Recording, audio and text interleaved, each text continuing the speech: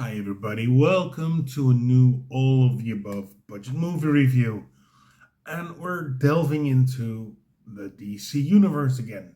This time we're going, well, something that was built in the Zack Snyderverse, but it's not really a spin-off but just solo movie.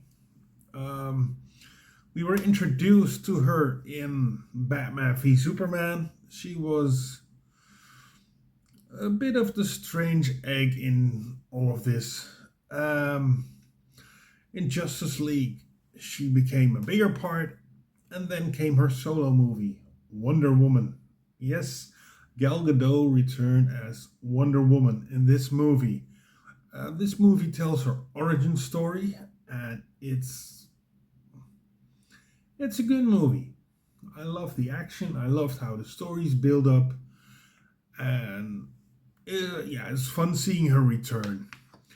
Having another director in the name of Patty Jenkins. Yes. So it has a totally different vibe than Zack Snyder had. Um, yeah, and it was fun. It was entertaining, and it wasn't as heavy as the other three movies. Um, and in Justice League, I meant the Zack Snyder version of the Justice League, because that's a kind of grittier, heavier movie, but it fits in with the other two. And this one is more lighthearted, but it has the same tone and feel. So I loved it. I loved seeing Chris Pine as the love interest of Wonder Woman.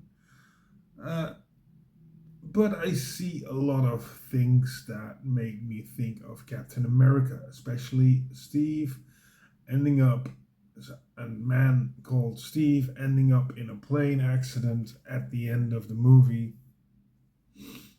Yeah. But I like this one. Then there, of course, every successful movie needs to have a sequel these days. So Wonder Woman 1984. Yeah, what do I have to say about that one?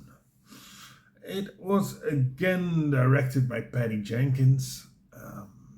So that's one thing they have in common. They have Gal Gadot, and we see Chris Pine return. How? I don't want to spoil it, but I know I just told him he died in the first one, so how can he return in this one? Well, he does, so okay. This movie is more campier, has tries to put in more humor, and it doesn't really stick like the first one does.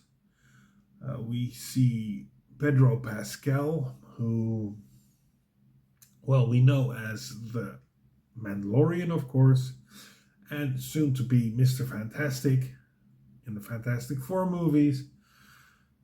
Yeah, we see him as the villain in this one, and he's not a really. There aren't really real villains in here. They're mostly misguided people like Patty Jenkins, Kristen Wiig, sorry, who we know from the failed Ghostbuster remake, reboot, or girl power version of Ghostbusters. So yeah, this movie is also filled with a lot of girl power, but it's Wonder Woman. It's supposed to be.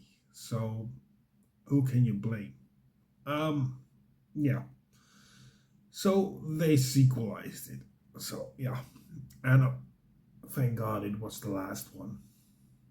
We do get the invisible plane in this one. Yes. Did you see the Wonder Woman movies? And if you did, let me know down here what you thought of him. Subscribe and like this video. And then I just want to say thank you for watching and see you next time. Bye.